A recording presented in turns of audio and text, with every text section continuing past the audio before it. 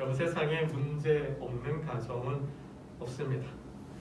성경을 봐도 그렇고 우리 지금의 사회, 지금 우리 사회를 보더라도 그렇습니다. 가정이 무너져가는 모습을 볼 때 참 마음이 아픕니다. 가슴이 안타깝습니다. 근래 뉴스를 보니까 3살 아이를 빌라에 두고 이사를 간 엄마의 이야기가 참 마음 아프게 하더라고요. 3살짜리 아이를 이사를 가면서 빌라에 두고 갔더라고요. 결국 아사, 먹지 못해서 죽었다는 기사를 보는데 마음이 너무 아프더라고요. 정말 이런 모습들이 정인이 사건도 그렇고 우리 사회 가정이 여러 가지 다양한 이유로 가정이 무너져가는 모습이 너무나 안타깝고 가슴이 아프더라고요. 하여튼 성경을 보더라도 그렇고 지금 우리 사회를 보더라도 문제 없는 가정은 없더라고요. 없습니다. 믿음의 가정에도, 믿음의 가정조차도 문제가 있음을 성경이 말씀하고 있는데요. 가정의 문제들을 보면 부부 간의 문제가 있고 또 형제 간의 또 문제도 있고 또 아니면 부모와 자녀 간의 문제가 있음을 보게 됩니다. 그러니까 각 가정마다 문제 하나씩은 다 있다라는 거죠. 아브라함의 가정에도 문제가 있었습니다. 아브라함은 자녀 문제로 아내 사라와 다투었죠. 이삭을 얻기 전에 이스마엘을 얻죠. 그 이스마엘 문제로 아내 사라와 다투기도 했습니다. 또 그의 가정을 보면 자식이 없어서 마음고생하는 모습도 있었죠. 또 그의 아들 이삭은 또 부부 문제는 없었어요. 크게 부부 문제는 없었지만 그 아들, 형제들 간에 문제가 있었습니다. 잘 아시는 것처럼 에서와 야곱이 장자권을 놓고 다투잖아요. 싸우잖아요. 결국 동생 야곱이 고향을 떠나야 했어요. 삼촌 라반 집으로 도망을 가야 했습니다. 그러한 일도 있었습니다. 또 야곱은 그러면 괜찮았는가? 아무 문제가 없었는가? 야곱도 그 가정에 문제가 많았습니다. 야곱은 삼촌 라반에게 속아서 그렇죠? 아내를 많이 거느리게 되었죠. 그 아내들 간의 다툼이 굉장히 심했어요. 특히 라헬과 언니 레아의 다툼이 심했습니다. 또 야곱은 거기에 또 기름을 붓는 모습도 있었죠. 라헬을 사랑했기에 라헬의 소생들 요셉을 편애했습니다. 그로 인해서 어떻게 해요? 그 자녀들이죠. 그 형제들 간의 시기와 질투가 일게했고 그 시기로 인하여서 결국 사랑하는 아들 요셉이 종으로 애굽에 팔려가는 일도 당했습니다. 그러니까 아브라함 때로부터 해서 이렇게 야곱까지 왔지만 문제 없는 가정이 없다라는 거예요. 요셉 심지어는 모세의 가정에도 문제가 있었죠. 형제들 간에 그죠? 시기와 질투를 해서 모세를 시기했다가 병이 든 미리암의 이야기도 있고 또 모세가 없는 틈에 또 지도자가 되어서 백성들을 어그러진 길로 인도했던 아론의 모습도 있습니다. 그러니까 형제들 간에 이런 다툼, 시기와 질투의 모습도 있어요. 정말 우리가 신의 구약을 대표하는 인물은 다윗인데 그럼 다윗의 가정에는 no problem, 아무 문제가 없었는가? 아니에요. 더 많았어요. 더 많았죠. 부부 간의 문제도 있었고 또 부모와 자녀 간의 문제도 있었고 그 형제들 간에도 문제가 있었어요. 정말 문제 백화점이라고 할 수 있을 정도인데요. 정말 사랑했던 부인이 있죠. 사울 왕의 딸 미가를 사랑했는데 그 미가를 위해서 목숨을 건 사랑을 하잖아요.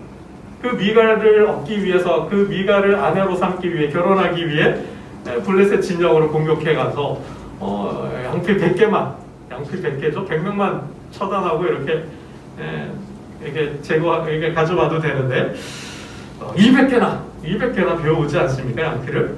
그렇게 사랑했던 미갈과 한 번 싸우고 부부 싸움 한 번 하고 그냥 평생 갑방생활 한 거죠. 평생 갑방생활 했어요. 이런 부부간에 미갈과 불화도 있었습니다. 또 뭐 그 형제들 간에 문제가 많았잖아요. 그 자식들 간에.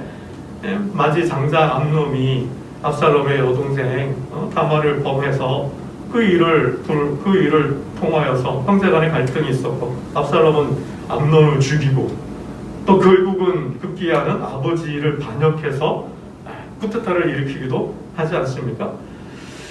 그러니까 참 이러한 믿음의 위인들, 영웅들이죠. 그러한 영웅들이었지만은 그러한 믿음의 과정에서도 우리가 그 삶을 들여다보면 문제가 참 많았다라는 거예요.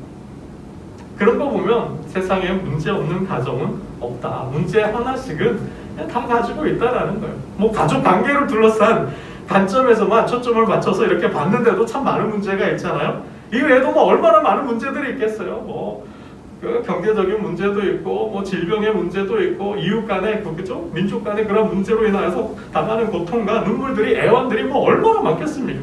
뭐 너무나 많아요. 뭐 다 이야기할 수도 없습니다. 아무튼 가정의 문제만 국한시켜 놓고 볼 때 참 많은 이런 문제들이 있었습니다. 그러면 사무엘, 오늘 본문에 저희가 사무엘상을 계속 보고 있는데, 사무엘은 그럼 아무 문제가 없나? 사무엘의 가정에도 정말 그 위대한 사사의 가정에도 문제가 있었다라는 거예요. 우리 3절 말씀을 한번 보겠습니다. 3절입니다.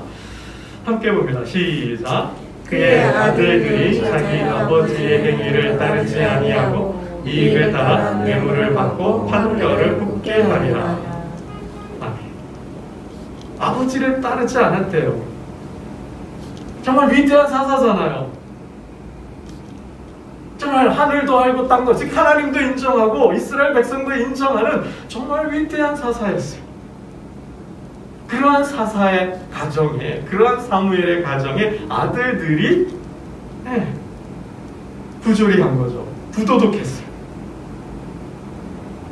뇌물을 받고 판결을 굽게 하는 거죠. 이거는 사회 질서를, 더군다나 사사가 되어서, 그죠? 사사는 재판권을 가지고 있잖아요.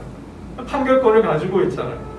이 재판권을 가지고 올바른 재판을 통해서 억울한 자가 없게 하고 사회 정의와 공의를 지켜가야 되는데, 그곳에 하나님 나라가 있는데 사사가 되어서 재판관이 되어서 오히려 판결을 굽게 한 거죠. 이거는 뭐예요? 사회 정의를 무너뜨리는 거죠. 그러한 부조리한 불의한 아들이 나왔다라는 겁니다. 참 사무엘에게 있어서는 정말 가슴 아픈 일이 아닐 수 없는데요. 아버지 사무엘을 따르지 않았다. 12장에 보면 사무엘이 자신이 어떻게 살았는지를, 하나님과 그 백성, 이스라엘 백성 앞에서 어떻게 살았는지를, 자기의 삶을 이렇게 토로하는 모습이 있습니다. 우리 한번 12장 사무엘이 어떻게 살았는지, 정말 위대한 사사로서 어떠한 사사의 삶을 살았는지를 한번 보겠는데요. 정말 한마디로 청렴결백입니다. 우리 12장 3절과 4절을 한번 보겠습니다. 사무엘상 12장 3절과 4절. 이런 아버지를 따랐어야 되는데, 아버지의 삶을 뒤쫓아갔어야 되는데 이 외가 아비야가 그렇지 않았어요. 사무엘상 12장 3절 4절을 한번 함께 정독 읽어보겠습니다. 12장 3절 4절 함께 읽겠습니다. 시작. 내가 여기 있나니 여호와 앞과 그의 기름 부음을 받은 자 앞에서 내게 대하여 증언하라. 내가 누구의 소를 빼앗았느냐, 누구의 나귀를 빼앗았느냐, 누구를 속였느냐, 누구를 압제하였느냐, 내 눈을 흐리게 하는 뇌물을 누구의 손에서 받았느냐.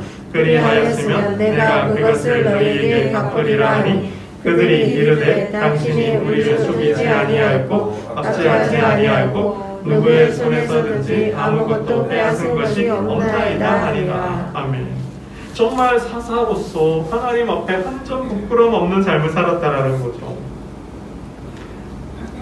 자신의 입으로 신이 이러한 말을 한다는 것도 좀 쉬운 일은 아니잖아요. 그러니까 이제 마지막 연설이죠. 마지막 설교를 하는 가운데 자신에 대해서 이렇게 고백하고 있어요. 이러한 고백에 대해서 백성들이 도장을 찍어준 거죠. 정말 그러하다는 거죠. 당신은 당신이 말한 대로 속인 일도 없고 압제한 일도 없고 그 무엇도 빼앗은 적이 없다라는 거죠. 백성들이 인정하는 거예요. 뭐 3절 내용에 볼 때 누구의 손에서 뇌물도 받지 않았다. 그 누구로부터도 뇌물을 받지 않았다. 여러분, 이 뇌물이라는 게 뭐예요? 어떤 권력 비리잖아요. 권력을 가진 자가 범하는 그런 행위 중에 하나가, 이 권력한 비리 중에 하나가 뇌물이라는 게 있잖아요. 그래서 게이트라는 거잖아요. 어떤 국가적인 국책 사업을 앞에 놓고 있다든지, 어떤 적인 뭐 경제적인 큰, 그죠? 사업을 앞에 놓고 있다든지, 아니면 뭐 선거를 앞두고 있다든지, 뭐 그러한 가정에서 돈을 받고 무언가를 이권을 주는 거잖아. 이권을 제공해 주는 거잖아. 이게 비리잖아. 이게 뇌물이잖아. 뇌물의 속성이 그러한 거잖아. 그러니까 사무엘은 그 사사라는 자리에서 군사권과 행정권과 사법권을 손에 쥐고, 왕권이죠. 결국 왕의 지위를 가지고 있으면서도 사사로운 이익을 위하여서, 자신을 위하여 사용하지 않았다라는 거예요. 그만큼 깨끗한 사람이죠. 그런 사무엘을 보고 그 아들 요엘과 아비야를 사사로 세웠는데 뭐 했어요? 이 두 아들이 부정을 한 거죠. 부정행위를 한 거예요. 이 아버지를 따르지 않고 뇌물을 받았다라는 거죠. 결국 이 두 아들의 이러한 비리 행위로 인하여서 이스라엘 백성들은 왕을 요구하게 되는데, 동기를, 빌미를 제공한 거예요. 그리고 5절 말씀을 한번 보겠습니다. 8장 5절, 8장으로 돌아가서 8장 5절을 한번 보겠습니다. 이 두 아들의 뇌물 수수 행위로 인하여서 어떤 사태가 벌어지게 되는지, 결국 이제 왕권, 그러니까 왕국으로 왕을 요구하게 되고, 이제 왕조 시대가 열리게 되는데, 그러한 빌미를 제공하게 됩니다. 8장 5절을 함께 보겠습니다. 시작. 그에게 이르되 보소서, 당신은 늙고 당신의 아들들은 당신의 행위를 따르지 아니하니 모든 나라와 같이 우리에게 왕을 세워 우리를 다스리게 하소서 하니라. 아멘. 당신은 늙었고 노쇠하였고 당신의 아들들이 사사가 되었지만 당신처럼 깨끗하지 않다라는 거예요. 청렴하지 않다라는 거예요. 부조리하고 부당하고 부도덕하다라는 거죠. 그러니 이제 사사시대 여기서 끝. 우리에게 더 이상 사사 필요 없습니다. 우리가 우리를 통치할 수 있게, 우리를 통치할 수 있는 왕을 달라고 한 거죠. 결국 이스라엘 백성들이 하나님을 떠나서 하나님을 버리고 스스로를 통치할 수 있는 왕권, 인권 통치로 넘어가기는 계기를 제공해 주었다라는 거죠. 결국 뒤에서도 보면 결국 하나님이 이제 분노하시는 모습이 되는데요. 이 두 아들의 역할이 참 컸다라는 사실입니다. 이렇게 가만 돌아보면 왜 이러한 위대한 사사 사무엘의 가정에 두 아들이 아버지의 길을 따르지 않고 왜 세상의 길을, 부조리한 길을 갔을까? 한 번쯤 생각해 볼 필요가 있는데요. 정답은 없습니다. 그 위대한 훌륭한 가문에서, 그런 훌륭한 아버지 밑에서 왜 이러한 아들들이, 부조리하고 불의한 아들들이 정말 사사로 아버지 뒤를 이어서 사사가 되었는데 왜 아버지처럼 깨끗하고 청렴한 그런 길을 가지 않고 이렇게 부도덕한 길을 갔을까? 그 이유가 뭘까? 우리가 좀 생각해 보아야 되는데요.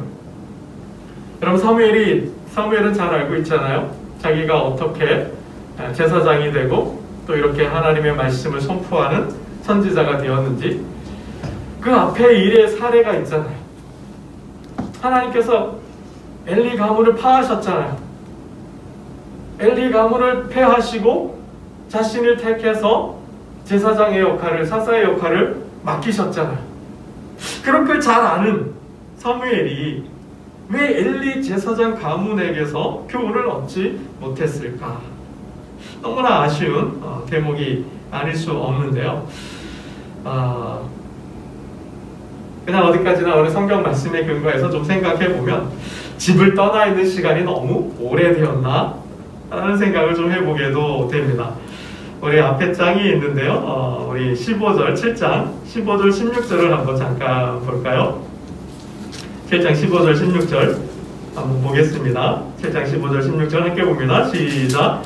사무엘이 40날 동안에 이스라엘을 다스렸으되 해마다 베델과 길갈과 미스바로 순회하여 그 모든 곳에서 이스라엘을 다스렸고 라마로 돌아왔으니 이는 거기에 자기 집이 있음이니라. 거기서도 이스라엘을 다스렸으며 또 거기에 여호와를 위하여 제단을 쌓았더라.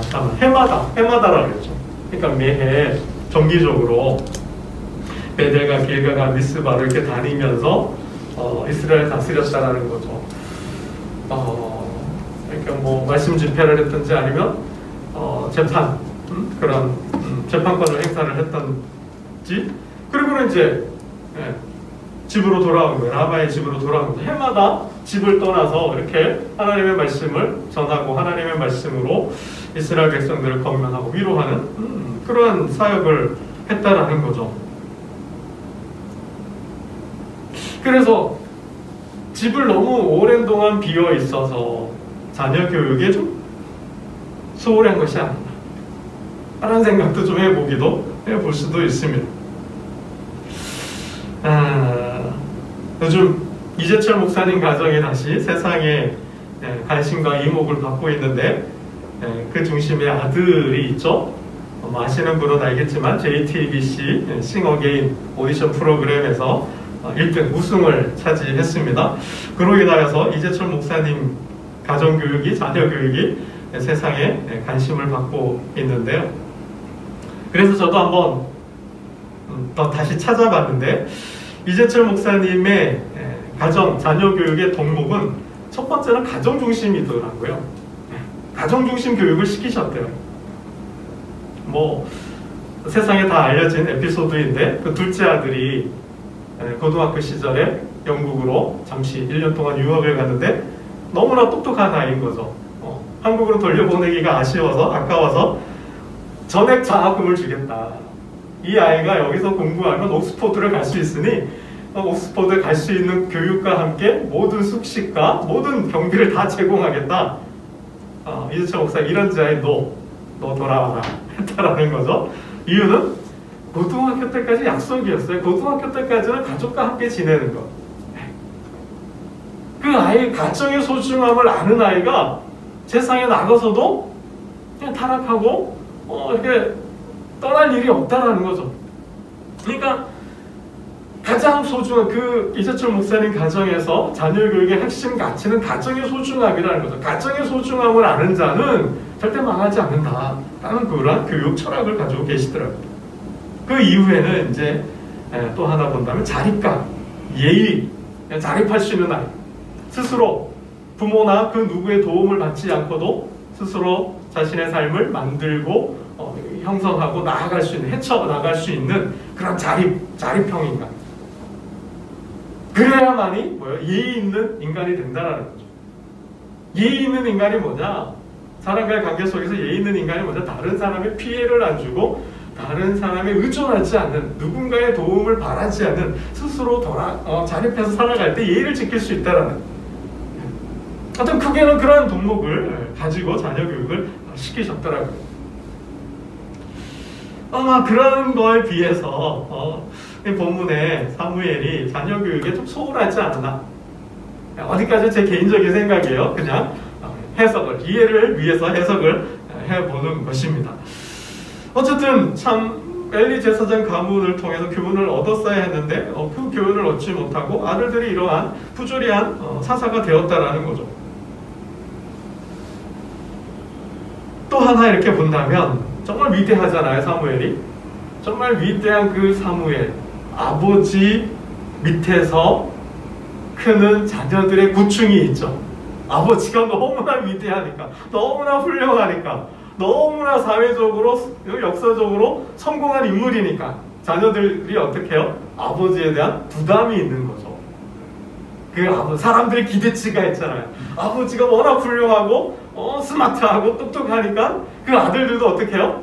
당연히 그러해야 한다라는, 그러하리라는 그런 기대감들이 있잖아요. 아버지가 서울대학교 나왔으니까 당연히 아들도 서울대학교 가야 되는 거죠. 아버지가 이렇게 자수성가하고 똑똑하고 인생에 성공했으니까 자녀들도 그러할 것이라는 기대감들이 있잖아요. 근데 본인은 어때요? 열등감이 있는 거죠. 나는 아버지만큼 인생을 못 사는 거죠. 안 되는 거죠. 그로 인한 아버지 컴플렉스에 대한 부작용, 반감이 아닌가 하는 생각도 좀 해보게 됩니다. 그러니까 아버지나 어머니가 너무 훌륭해도 탁월해도 자녀들의 스트레스가 큰 거죠. 이만저만이 아닐 수 있다는 겁니다. 아니면 이렇게도 생각해 볼 수 있어요. 사무엘이 어린 시절에 엄마나 아버지의 사랑을 못 받았잖아요. 왜 못 받았을까요? 졌을 때 무렵에 어머니가 서원을 했잖아요. 하나님께 드리기로 서원을 해서 졌을 때고 난 다음에 그 아이 사무엘을 성전에 하나님께 드렸잖아요. 제사장으로 예배하는 자로 바쳤잖아요. 그래서 사무엘은 어린 시절 부모님과 함께 할 수 없었어요. 함께 가지는 시간이 없었던 거죠. 그러한 관점에서 보면 사무엘은 어떻게 해요? 어머니에 대한 그리움, 엄마의 사랑에 목말라 하지 않았을까? 아버지, 엄마, 부모에 대한 사랑이 너무 그리워서 내가 그렇게 컸으니까 엄마, 아버지, 부모의 사랑을 못 받고 자랐기 때문에 나는 어떻게 해요? 우리 아이들은 잘 키워야지 라고 해서 너무나 사랑을 듬뿍듬뿍 준 거죠. 너무나 과잉 사랑을 하지 않았나 하는 생각도 해보게 됩니다. 그러니까 너무 사랑하면 어떻게 돼요? 사랑해서 자녀들이 하는 것들을 다 도와주는 거죠. 경제적으로든 뭐 공부도 대신해주고 그죠? 먹고 싶다고 하는 거 다 먹여주고, 입고 싶다는 거 다 입혀주고, 하고 싶다는 거 다 하게 하는 거죠. 뭐 여행 가고 싶다 그러면 여행도 보내주고. 그러면 아이는 어떻게 될까요? 그 아이는 마마보이가 되는 거죠. 쉽게 우리 상식적으로 마마보이가 되는 거죠. 그러니까 자녀를 키우는데 너무 과잉 보호, 과잉 사랑도 아이들에게는 독이 된다는 거예요. 오스트리아의 3대 정신 심리학자, 그러니까 심리학의 3대 거장이 있어요. 한번 들어보셨을 것 같은데, 프로이드와 융과 아들러라는 사람이 심리학의 3대 거장이라고 합니다. 이 세 사람이 심리학을 거의 만든 거예요. 근데 그 중에 한 분인 아들러가 부모와 자녀의 관계가 어떠했느냐에 따라서 아이들의 성격이 결정된대요. 인생이 결정된대요. 그러니까 삶을 살아가는 어떤 생활 양식들을 부모로부터 배우게 되는데, 다 말씀드릴 수는 없고, 그러니까 부모로부터 너무 편애적 사랑을 받았을 때, 너무 사랑을 독차지하고 일반적인 사랑을 받고 자랐을 때 그 아이는 기생형 인간이 된대요. 기생인간. 다른 말로 기생이라는 거죠. 그러니까 다른 말로 이게 좀 애둘러서 완곡하게 표현을 해보면 의존형 인간이 된대요. 너무 부모의 사랑을 일방적으로 받고 너무 과잉 사랑, 너무 많은 사랑을 듬뿍 받고 자라도 문제가 되는데, 그렇게 되면 그 아이는 기생형 인간, 기생적인 인생을 살 수 있다고 그래요. 그러니까 외부 세계와의 관계를 맺는데 지나치게 다른 사람들을 의존하는 거죠. 다른 사람들을 통해서 어렸을 때부터 그렇게 자라왔으니까 오냐 응석바지로 자라왔으니까 할 줄 아는 게 없는 거예요. 내가 할 수 있는 게 없는 거예요. 다 뭐예요? 누군가 해줘야 되는 거예요. 받아만 왔으니까 줄 줄도 모르고 자기가 할 수 있는 게 아무것도 없어요. 마마보이가 그렇잖아요. 직장 생활을 해도 엄마 아빠가 가가지고 얘기해주고 해줘야 되는 거잖아요. 그런 아이가 사람이 된다라는 거죠. 아니면 너무 사무엘이 말씀 중심의 사람이잖아요. 그래서 너무 엄격하게 자녀를 키우면 어떻게 될까요? 그럼 그 아이가 지배형의 인간이 된대요. 부모가 너무 엄격해도 너무 통제해도 문제가 되는데, 그렇게 되면 그 아이는 공격적이거나 자기 주장이 강하고 아주 독선적인 성격의 유형의 사람이 된다고 그래요. 사회는 별 관심이 없어요. 오직 자기 뜻만 충족시키는, 그 뜻을 충족시키기 위해서 아주 공격적인 자기 독선적인 사람이 될 수 있다고 그럽니다. 아마 그래서 저 위대한 사사인 아버지 사무엘 밑에서 이 두 아들 요엘과 아비야가 이러한 어그러진 길을 가지 않았을까. 그러니까 이제 이러한 해석을 하는 것은 그 자녀들이 어렸을 때 부모의 양육 스타일, 부모의 성격, 부모의 심리적 상태가 어떠하였느냐에 따라서 그 자녀들의 성격이 생활 양식이죠. 삶을 살아가는 양식이 결정이 된다고 해서 한번 말씀을 잠깐 나눠보았습니다. 말씀을 맺고자 하는데요. 여러분 100세 철학자가 있습니다. 지금 현재 나이 102세예요. 연세대 철학가 명예교수인 김영석 원로 교수님께서 중앙일보인가요? 어떤 한 일간지하고 자녀 교육에 대해서 인터뷰를 한 기사가 있는데 잠깐 나눠보면, 여러분 세상의 모든 부모는 자녀를 사랑한다라는 거죠. 자녀를 사랑하지 않는 부모는 없다라는 거예요. 근데 한 번 더 그 교수님의 질문은 이래요. 그러면 자녀의 무엇을 사랑하느냐라는 거죠. 우리가 누군가를 사랑해요? 누군가를 사랑한다 했을 때 무엇을 사랑하냐라는 거죠. 그 사람의 돈이에요? 그 사람이 돈이 있어서 그 사람을 사랑하는 거예요? 그 사람의 명예예요? 그 사람의 지위예요? 그러니까 무언가 있기 때문에 그 조건이 충족될 때 그 사람을 사랑한다라는 거예요. 인간의 사랑이 그렇다라는 거죠. 조건적 사랑이라는 거죠. 자녀를 사랑할 때도 마찬가지라는 거죠. 여러분, 내가 자녀를 사랑해요? 내가 자녀의 무엇을 사랑해요? 자녀가 성적이 좋으니까 공부를 잘해서 사랑해요? 아니면 자녀가 재주가 뛰어나고 재능이 많으니까 사랑해요? 재능 때문에 사랑해요? 무엇 때문에 자녀를 사랑합니까? 부모 역시도 자녀를 사랑하고 좋아할 때를 보면 자기의 기대치가 있어요. 자신의 어떤 삶의 기준이 있어요. 그 기준에 충족시켜 줄 때, 그죠? 내 기대를 충족시켜 줄 때 사랑하고 좋아한다라는 거죠.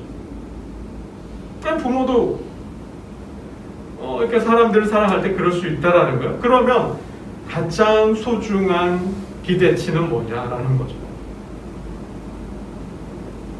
우리가 자녀를 사랑할 때 그 기대를 충족시켜 줄 때 우리는 자녀들을 사랑하는데 그 가장 소중한 기준이 뭐냐라는 거죠. 자녀들을 자유를 사랑하라는 겁니다. 자녀들에게 자유를 주래. 여러분, 자녀를 사랑한다는 것은 자녀들의 자유로운 존재로 만들어준다라는 거예요. 자녀들에게 자유를 준다라는 거예요. 그게 사랑하는 거랍니다. 이게 무슨 뜻이냐? 여러분, 자유는 뭐예요? 선택할 수 있는 자유죠. 자녀를 사랑한다는 것은 자녀에게 선택할 수 있는 자유를 주라는 거예요.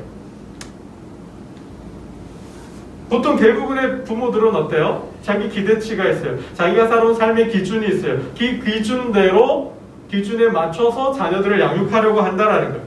이거 해라, 저거 해라, 이거 하면 안 된다, 저거 하면 안 된다, 이거 해라. 해라 말아라! 라고 가르친다고, 교육한다고 한다는 거죠. 근데 그렇게 하면 안 된다라는 거죠. 부모는 자녀에게 이런 것도 있고 저런 것도 있다. 너는 어떤 것을 할래? 라고 선택할 수 있는 자유를 주어야 한다는 거죠. 그래야 그 자녀가 자신의 삶을 만들고 자신의 삶을 헤쳐나갈 수 있다는 거예요. 그래야 어떤 어려운 상황이 오더라도, 역경을 만나더라도 헤쳐나갈 수 있는 마음의 근육이 생긴다는 것입니다.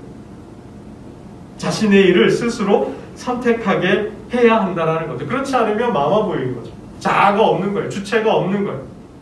그냥 엄마가 해줘야 되고 아빠가 해줘야 되고 그런 의존적인, 기생하는 인간이 사람이 된다는 거예요. 그건 누가 만들어요? 부모가 그렇게 만든다는 거예요. 그래서 부모는 자녀를 사랑하는데 선택할 수 있는 자유를 주고 그 자녀가 자신의 삶과 인생을 선택할 수 있도록 해줘야 한다라는 것입니다. 말씀을 맺겠습니다. 저는 여기에 하나 더 붙이고 싶습니다. 쉐마 이스라엘인 거죠. 들으라 이스라엘인 거죠. 여러분, 이스라엘 민족이 세계적인 최대의 민족이 될 수 있었던 건 뭘까요? 성경 말씀 교육이잖아요. 가정 중심의 교육, 가정의 소중함을 알려줘야 되고 그 자녀가 스스로 살아갈 수 있도록 자신의 인생을 선택할 수 있는 자유도 줘야 돼요. 그러나 거기에 하나 더 뭐죠? 신앙교육이죠. 신앙교육. 쉐마 교육이죠. 들으라 이스라엘아, 오직 하나님은 한 분이시니 그 하나님을 마음과 뜻과 정성을 다하여 사랑하고 집에 나갈 때나 들어올 때나 앉았을 때나 섰을 때나 뭐예요? 말씀을 강론할 수 있는, 그죠? 말씀으로 자기의 삶을 개척해 나갈 수 있도록 쉐마 교육, 신앙 교육을 해야 한다는 거죠. 여러분, 본문에 사무엘의 가슴 아픈 일은 두 아들을 결국 그 인생이 부도덕한 사사가 되었고 낙인이 찍히고 그의 인생에 아주 큰 오점으로 남게 됐다는 것입니다. 항상 하나님 앞에서 하나님 주신 선물들, 우리 자녀들을 말씀과 하나님의 말씀에 근거한 삶의 철학으로 잘 양육함으로 복된 가정 이루고 하나님께 영광을 돌리는 저와 여러분 되시기를 주님의 이름으로 축원합니다. 기도드리겠습니다. 아버지 하나님, 세상에 문제 없는 가정은 없습니다.